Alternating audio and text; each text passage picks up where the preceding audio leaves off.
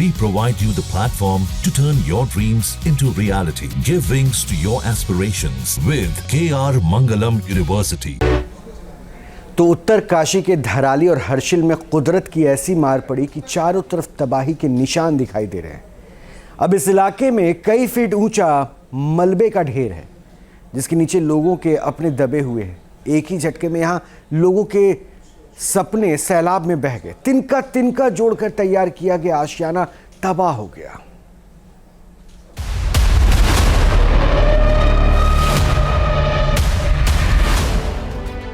कुछ नहीं है मेरा, बेघर हुआ है वो।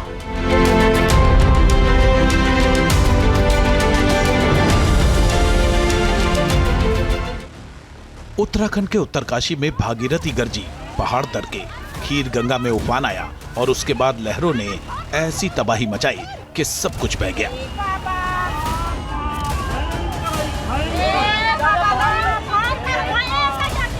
उत्तरकाशी के धराली और हर्षिल इलाके में बीते दिनों जो तबाही आई, उसने सैकड़ों जिंदगियों को संकट में डाल दिया। अब लोगों के पास ना तो मकान बचे हैं, ना पहनने को कपड़े, ना कोई जरूरी सामान। तिनका तिनका जोड़कर खड़े किए गए आशियाने मलबे में दब गए हैं। बर्बादी और तबाही की दास्तान आंखों से आंसुओं के जरिए बाहर आ रही है। यही वो धराली है जो 5 तारीख को कांप गई। जहां पर हम मौजूद हैं, दरअसल यहीं पर वो सैलाब आया था।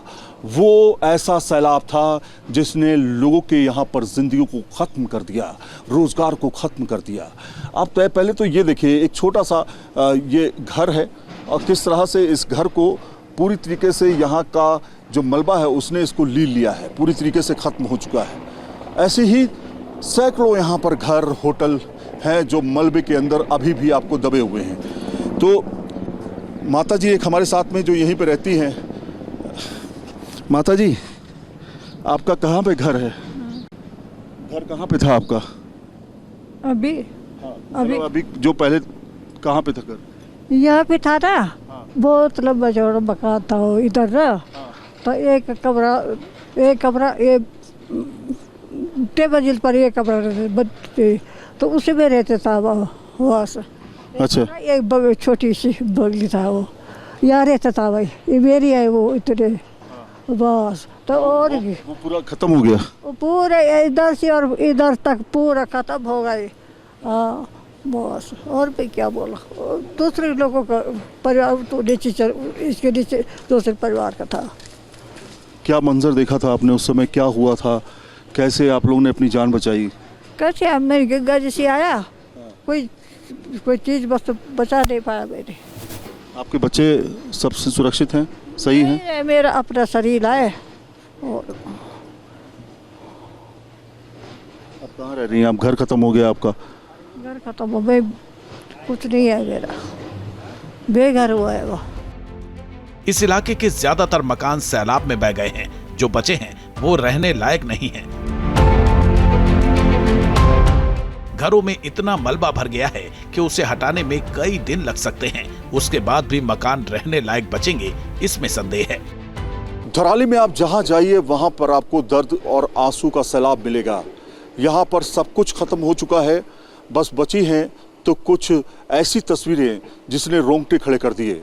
एक घर पे हम आए हैं और इस घर के अंदर की तस्वीर देख करके आप ये समझिएगा कि इस घर के लोगों का हाल क्या रहा होगा जब इस घर के अंदर दलदल और मिट्टी और तमाम तरह के सामान को ख़त्म करते हुए पूरा का पूरा सैलाब जो है आगे बढ़ा होगा।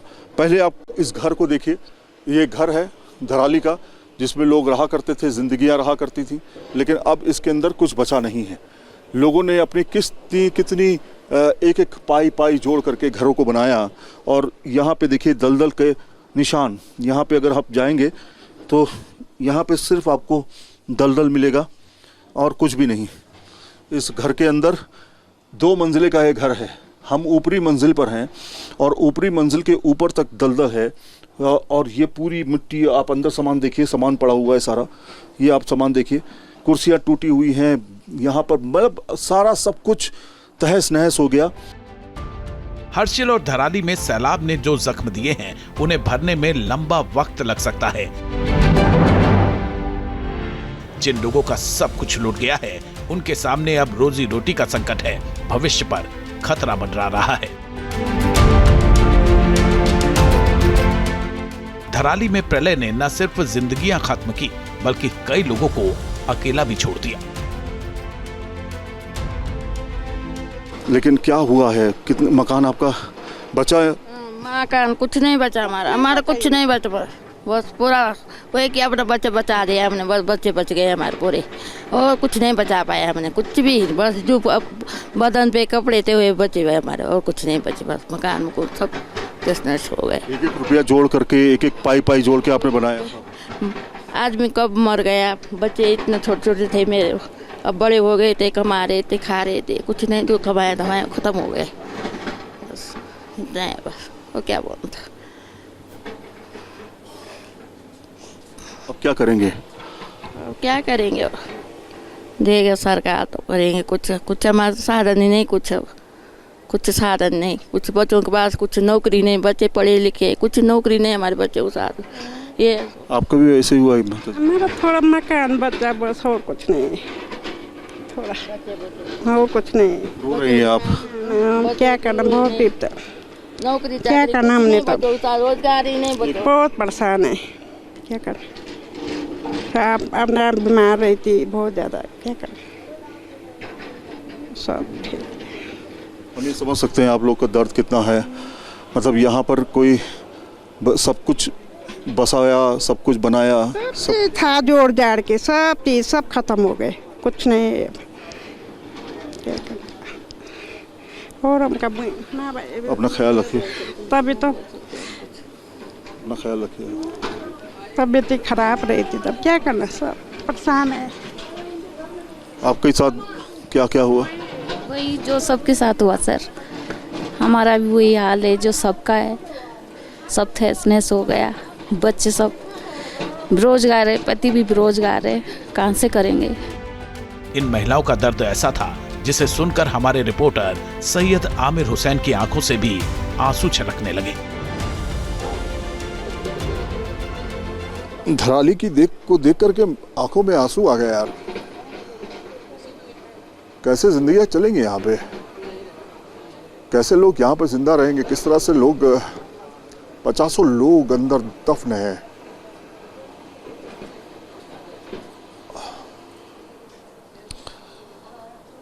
खैर, मुझे लगता है कि लोगों को आगे आना चाहिए और लोगों को हेल्प करनी चाहिए यार, ऐसे लोगों की। यार मकान देख रहे हो आप,